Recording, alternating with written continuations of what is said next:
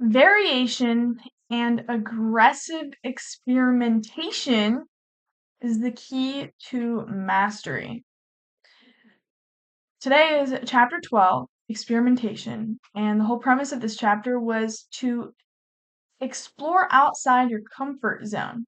We've been talking a lot about how to master different skills or problems or whatever it is that you're working on and trying to learn. And so let's assume you become a master.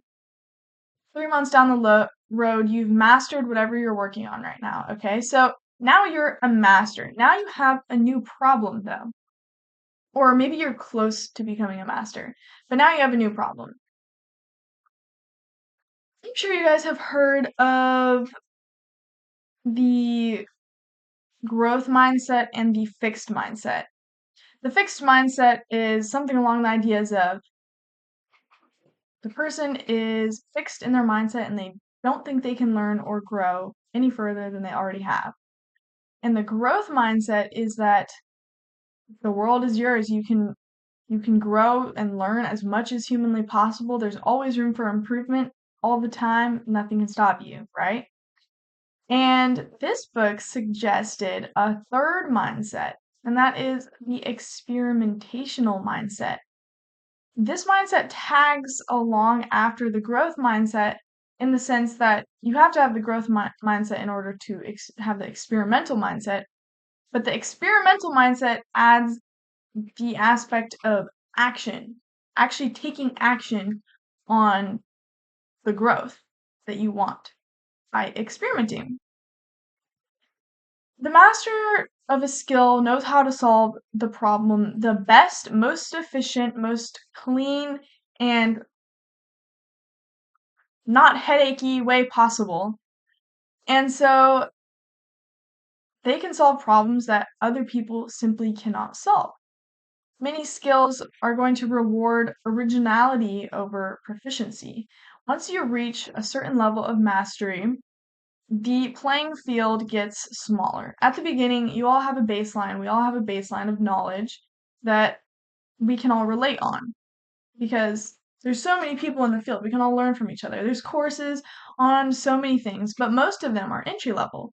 The higher you go, the less courses you can take, the less available resources there are for learning. So the higher you go, the more original you need to become because you have to start teaching yourself how to become the master. You have to actually be proactive about learning these things. And so as you approach mastery, it's going to shift from learning to unlearning. You're going to have to shift your mindset where what what once worked isn't going to work now, and you have to unlearn and relearn. How are you going to do this? If you're one of the masters, you have to experiment and find a solution that works. And so there's a couple ways to do this. 4 tactics the book suggests. The first one is to copy and then create. This is in the beginning of your mastery. You copy from someone else, then you create. So you get the basics, everything you can possibly learn, then you're going to move on and you're going to create your own things and you're going to experiment and you're going to see what works and what doesn't work. So it might fail, but you're also going to come up with things that other people haven't come up with. And like we just mentioned, originality is what really makes a master. Think of your favorite person. Like, the reason you like them is probably because they're original, they're different than other people. All the successful people that people look up to are original. They thought of their own solutions to things that other people simply didn't think of and didn't act on. And so that is what makes someone a true master is because they took action and they were original. They thought for themselves. The second tactic is to compare methods side by side. You can do this by comparing your own methods side by side. You can try this method.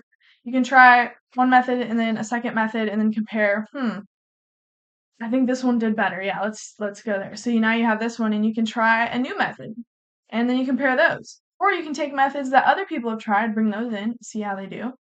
And part of this also is going to be creating your own style. You can have a bunch of people who are good at sales, but all of them have a different style. of how they do it. You can have so many good leaders, but all of them do it in different ways. It doesn't mean one of them is wrong or right, it just means they're different. And so when you're learning and mastering a skill, eventually you're going to have to adapt your own style to how you want to approach the skill and implement the skill. It's going to make you different than other people, but that is a big key to it. The third one is to introduce constraints. This one might sound weird, but we all know that we learn from failure. That's how we humans work. And so at a certain point, the challenge of learning is going to go from actually learning the basics to thinking you know everything. And so one way to correct yourself from that and to actually learn more than that is to introduce constraints into your own skill. Make it hard on yourself. Increase the difficulty level. See if you can conquer your own obstacles. That is true mastery. And tactic 4 is going to be combine skills. For example, I grew up on a farm, and so I know a bit about farming. There's more that I could learn. I wouldn't say that I have mastered farming, but let's say I have. Let's say I'm a master at farming, and then I become a master at sales.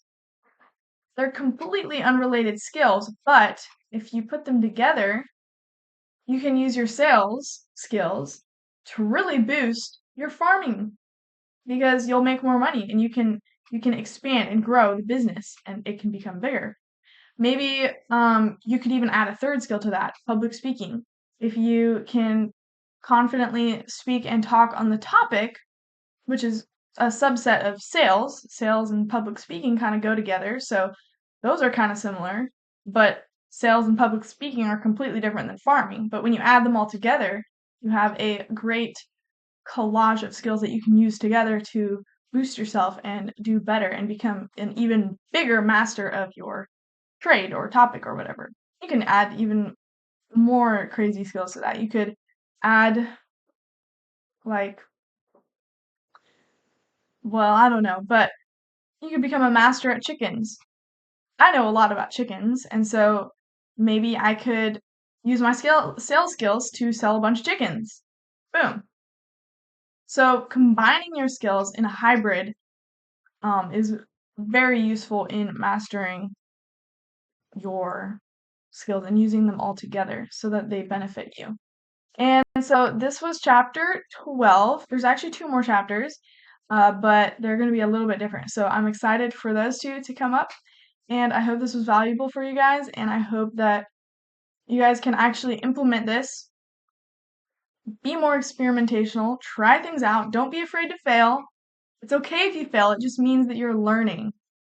So enjoy and have a great rest of your week.